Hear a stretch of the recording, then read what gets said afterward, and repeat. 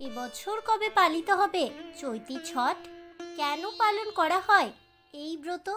পুজোর সঠিক সময় কখন? জানুন বিস্তারিত আজকের এই ছোট্ট ভিডিও থেকে। নমস্কার বন্ধুরা, অজানার পথের নতুন পর্বে আপনাদের সকলকে স্বাগত জানাই। বছরে দুবার পালিত হয় ছট পুজো, একটি চৈত্র মাসে এবং অপরটি কার্তিক মাসে।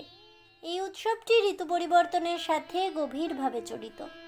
কার্তিক ছট শীতকালের সূচনা করে আর চৈতি ছট গ্রীষ্মের সূচনা করে। এই উৎসব সূর্যদেবের পুজোর জন্য উৎসর্গীকৃত এবং স্বাস্থ্য, সমৃদ্ধি ও সুস্থতার জন্য আশীর্বাদ কামনা করেই পালিত হয়। ছট পুজো ব্যাপকভাবে বিহার, ঝাড়খণ্ড, উত্তরপ্রদেশ এবং পশ্চিমবঙ্গে উদযাপিত হয়, যদিও ভারতবর্ষের অন্যান্য অঞ্চলের লোকজন এটি পালন করে থাকেন। এবছর চৈতি ছট উৎসব পালিত হবে আগামী 22শে মার্চ থেকে। প্রায় 4 দিন ধরে চলবে এই উৎসব। উদীয়মান সূর্যকে পবিত্র উষা অর্ঘ্যদানের মাধ্যমে শেষ হবে।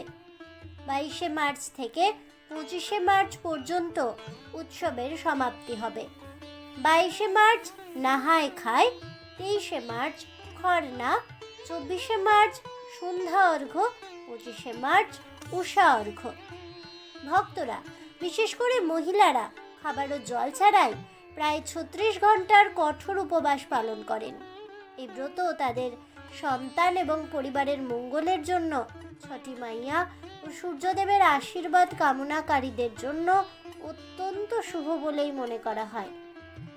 এবছর চৈতি ছট উৎসব শুরু হবে আগামী 22শে মার্চ নাহায় খায় দিয়ে।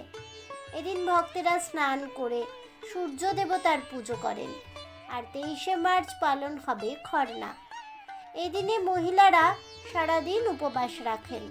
প্রসঙ্গত, ছট পুজো ভারতীয় ঐতিহ্যের বিশ্বাস ও ভক্তির মহাপর্ব হিসেবে পরিচিত। বিশ্বাস করা হয় যে অত্যন্ত আন্তরিকতার সাথে ছট পুজো করলে ভক্তের মনের সকল ইচ্ছে পূরণ হয় এবং সুখ ও সমৃদ্ধি আসে জীবনে। এই উৎসবটি মূলত বিহার, ঝাড়খণ্ড, উত্তরপ্রদেশ এবং বাংলায় পালিত হয় ব্যাপকভাবে, তবে এটি ভারত জুড়ে অত্যন্ত উৎসাহের সাথেই পালন করা হয়। ছট উপবাস সন্তানদের মঙ্গল, বৈবাহিক সুখ এবং পারিবারিক সমৃদ্ধির জন্য নিবেদিত। এই উৎসবে ভক্তিমূলক ছট গান এবং ঠেকুয়া বিশেষ তাৎপর্য বহন করে। আজ এ পর্যন্তই। তাহলে বন্ধুরা, আমার আজকের এই ভিডিওটি শুনে কেমন লাগলো অবশ্যই আমাকে কমেন্টে জানাবেন। ভিডিওটি ভালো লেগে থাকলে লাইক, শেয়ার করতে ভুলবেন না। আমার চ্যানেলের নতুন বন্ধু হয়ে থাকলে চ্যানেলটিকে সাবস্ক্রাইব করে দেবেন। পাশে থাকা বেল বাটনটি প্রেস করে রাখবেন নতুন ভিডিওর নোটিফিকেশন পাওয়ার জন্য। ফিরে আসছি পরবর্তী ভিডিও নিয়ে। ততক্ষণ সবাই ভালো থাকুন, সুস্থ থাকুন আর অবশ্যই সঙ্গে থাকুন আর দেখতে থাকুন অজানার পথে।